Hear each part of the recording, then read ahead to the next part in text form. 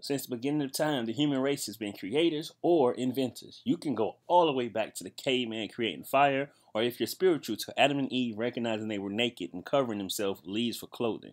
Creativity is an innate trait of mankind, and throughout history it has produced marvelous discoveries and inventions.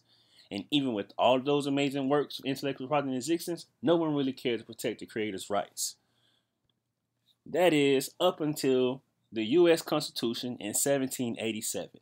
In Article 1, Section 8 of the U.S. Constitution, it explained that creators of work should have exclusive rights, and it is also to help promote the progress of science and useful arts. A copyright provides various incentives or benefits to the owner as well as society. Obviously, for the owner, you get the exclusive rights, which I will explain in the next slide. When it comes to social impact, think about your textbooks, poetry, and other hobbies.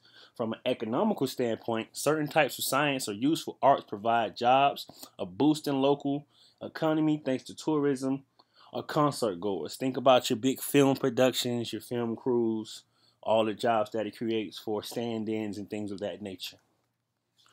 Moving right along. Here is a list of the 5 exclusive rights granted to the owner of the copyright. As you see, you have the right to reproduce, the right to derivatives, to distribute, to publicly perform, publicly display.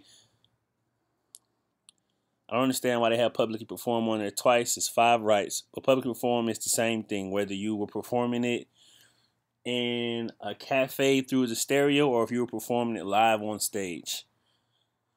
The derivative, as you know, is a copy of the original work. Only the owner has the right to make a copy of the original work or do anything different to it. Okay? Moving on to copyrighted images. The 2 images on the screen are 2 logos owned by myself. On the left, we have Blessed Beyond Measures, which is my corporation. And on the right, you have my artist logo for Esquire the Great. They're both in the process of being trademarked. I believe it is important to have these 2 logos properly copyrighted because they are direct representatives of my brand.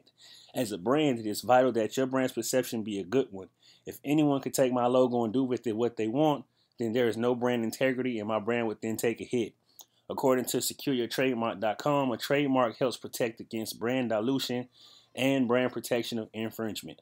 When I say brand dilution, that means somebody can go create an offshoot of Blessed Beyond Measures or of my logo Esquire the Great, and instead of them doing uplifting or faith-based work, they can be worshiping the devil, or to another extent they can be trying to bring down or defame my personal brand. And if that's the case, you don't want that associated with your brand. So let's move along. Public domain is where copyright materials is set free, or in this case, hatch like in the picture. The public domain is set up to help new generations build off past works and to inspire new ideas. So let's get into some public domain images. These 2 images are in the public domain, and even though I feel strongly about protecting brand identity, I do believe the inspiration or influence is always great. I honestly believe that if you can get some inspiration for something not covered by copyright and make it your own, you definitely should. Unfortunately, as a business student and an artist, I get why copyrights are needed. I would do everything in my power to protect my intellectual property as long as possible, even if it could help society. That's just the business side of me talking. Here's my reference list. Thank you for your time.